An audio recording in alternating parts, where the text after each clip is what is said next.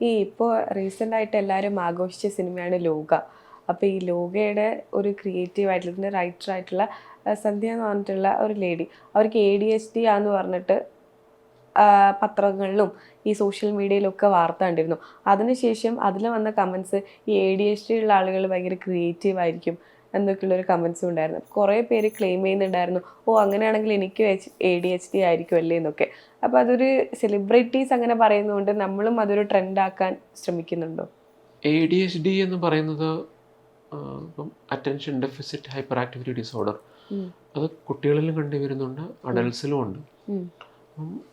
ADHD പൊതുവെ അതൊരു neuro developmental ഡിസോർഡറാണ്. എന്ന് വെച്ചാൽ as we grow up it keeps on developing, നമ്മുടെ ഒപ്പം തന്നെ അതിന് ഡെവലപ്പ് ചെയ്തുകൊണ്ടിരിക്കുകയാണ്.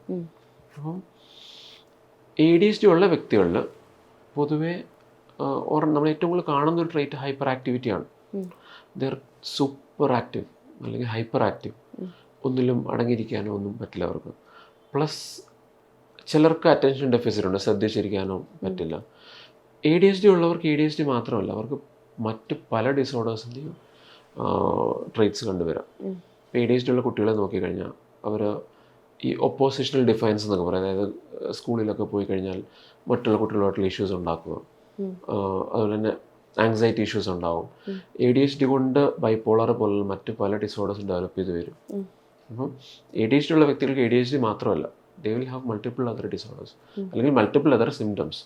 അതുപോലെ തന്നെ പഠിക്കാനുള്ള ഇഷ്യൂസ് ഉണ്ടാവും, ചില സബ്ജക്ട്സിൽ വീക്കായിരിക്കും.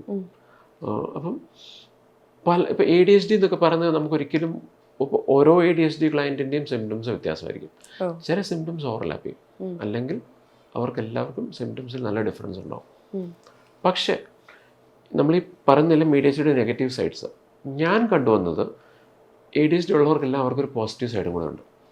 പൊതുവെ ADHD ഉള്ള ക്ലയൻസിന് അവരുടെ ഒരു പോസിറ്റീവ് സൈഡ് എന്ന് വെച്ചാൽ നമ്മൾ ഒരിക്കലും പ്രതീക്ഷിക്കാത്ത ലെവലൊരു അവർക്കൊരു കഴിവുണ്ടാവും.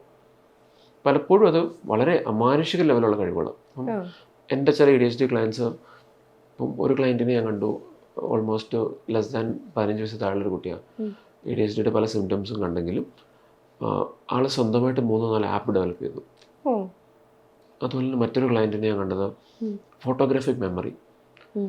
7-8 വർഷം മുമ്പ് ഇന്ന ദിവസം ഇന്ന സമയത്ത് നടന്ന ആ മെമ്മറി പുള്ളി എക്സാക്ട്ലി ഓർത്തിരിക്കുന്നുണ്ട്. അന്ന് ആരെ മീറ്റ് ചെയ്തു, അവരെന്ത് ഡ്രസ്സ് ഇട്ടിരുന്നു, അന്ന് അവരെന്ത് കഴിച്ചു. അത് ഒരു നോർമൽ ഹ്യൂമൻ ലെവലിൽ നമുക്ക് ചിന്തിക്കാൻ പറ്റാത്ത കാര്യം. സോ ADHD ഉള്ളവർക്ക് they have A positive side also.